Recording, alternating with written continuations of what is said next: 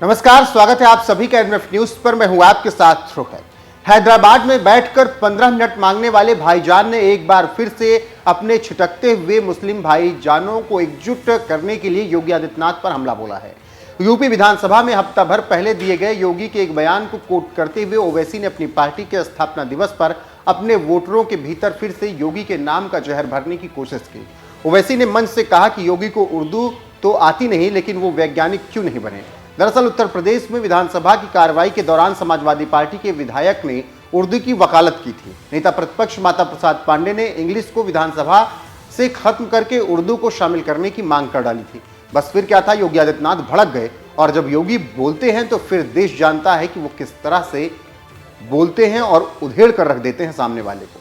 योगी के बयान पर ओवैसी ने अब क्या कहा है वो भी आपको सुनाएंगे, लेकिन पहले एक बार योगी आदित्यनाथ का बयान सुनिए। कल हम लोगों ने यहाँ पे इसका शुभारंभ किया, समाजवादी पार्टी ने उसका विरोध किया और मुझे लगता है कि प्रोसीडिंग का हिस्सा होना चाहिए। इनको समाज के सामने एक्सपोज करना चाहिए। अपने बच्चों को ये लोग पढ़ाएंगे इंग्लिश स्कूलों में और दूसरे के बच्चे के लिए अगर वो सुविधा सरकार देना चाहती है, कह देंगे उर्दू पढ़ाओ इसको, यानी उसको मौलवी बनाना चाहते हैं, अब्दुल्ला पर उनके इसको ले जाना चाहते हैं। ये नहीं कर सकता। देश को अगर विकास की मुख्यधारा से कोई जोड़ना चाहता है तो इससे किसी को क्या परेशानी हो, लेकिन इस देश में कुछ लोगों को होती है, क्योंकि अगर मुस्लिमों के बच्चे ने पढ़ लिख लिया तो फिर विधानसभा और लोकसभा नेताओं को कौन भेजेगा। असलियत जो सामने आ जाएगी। अब एक बार फिर ओवैसी को सुनिए। फिर योगी ने कठमुल्ला वाला बयान दिया, क्यों था वो भी बताएंगे। दूसरी बात, मेरे अजीज दोस्तों और बुजुर्गों, अभी आज से थोड़े दिन पहले उत्तर प्रदेश के चीफ मिनिस्टर ने उत्तर प्रदेश की असेंबली में ये कहा कि उर्दू पढ़ना कठमुल्लाओं की तरह मौलाना बनाना की बात है, साइंटिस्ट नहीं बनते। अब जाहिर है उत्तर प्रदेश के मुख्यमंत्री को तो उर्दू नहीं आती, मगर वो साइंटिस्ट क्यों नहीं बने उसका जवाब वही दे सकते हैं।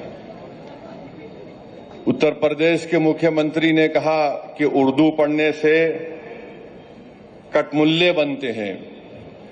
अब उत्तर प्रदेश के मुख्यमंत्री के जो बुजुर्ग थे या जिस आइडियोलॉजी से वो आती हैं,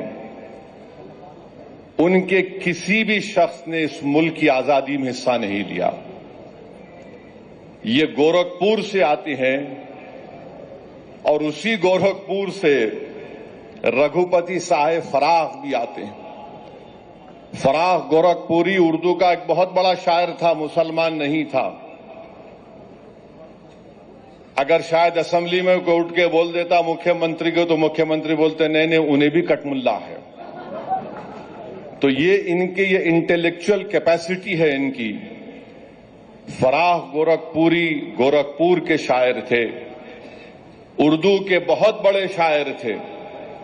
अब मेरे अजीज दोस्तों और बुजुर्गों, जिसके जहन और दिल पर गहन लग चुका है तो दुनिया की कोई रोशनी उसके सर पे नहीं पहुंच सकती। फराख गोरखपुरी का शेर क्या है सुनिए, ये बीजेपी आरएसएस वालों को बता रहा हूं, जो उर्दू बोलने वालों को कठमुल्ला कहते हैं।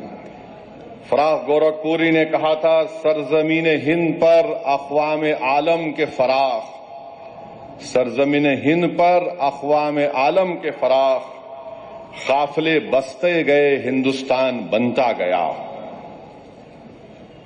सरजमीन हिंद पर अक़वाम आलम यानी नेशंस आए इस देश में, बसते गए हिंदुस्तान बना। अब ये जो आर्ग्यूमेंट इनका आरएसएस का है कि नहीं ये बाहर से आए, तुम भी बाहर से आए। जितने आर्यंस है बाहर से आए, अगर ओरिजिनल है तो द्रविडियन और ट्राइबल लोग हैं। फराख गोरखपुरी ने सच्चाई को बयान कर दिया। 15 मिनट वाले भाईजान को लगता है कि योगी के दिमाग में ग्रहण लग चुका है, लेकिन अगर ओवैसी साहब का दिमाग बिल्कुल दुरुस्त है तो जरा साथ में योगी को यह भी जवाब दे देते कि मदरसों में पढ़कर दीन की तालीम हासिल करके कितने इंजीनियर डॉक्टर बना दिए गए हैं। लेकिन वो ऐसा कोई आंकड़ा नहीं बताएंगे, उनके पास ऐसा आंकड़ा शायद होगा भी नहीं। अब वो भी सुनिए किस तरीके से योगी ने बयान दिया और किन परिस्थितियों को केंद्र में रखकर उन्होंने ये बातें कही थी। हम तो परंपरागत मुल्ला और मौलवी बनाने की बजाय हम वैज्ञानिक बनाना चाहते हैं। एपीजे अब्दुल कलाम बने तो वैज्ञानिक बने। स्कूलों में फ्री एजुकेशन की व्यवस्था की जा रही है, आधुनिकीकरण किया जा रहा है।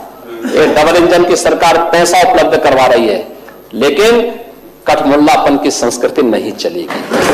यह सरकार का पहले दिन का संकल्प है। हम हर बच्चे के साथ, वह ईश्वर की सर्वश्रेष्ठ कृति है, कोई भेदभाव नहीं, उत्तम शिक्षा मिले, अच्छी शिक्षा मिले, आधुनिक शिक्षा मिले, बिना भेदभाव के मिले। सरकार इस दिशा में कदम बढ़ा रही है, हर प्रकार की सुविधा से आच्छादित करेंगे।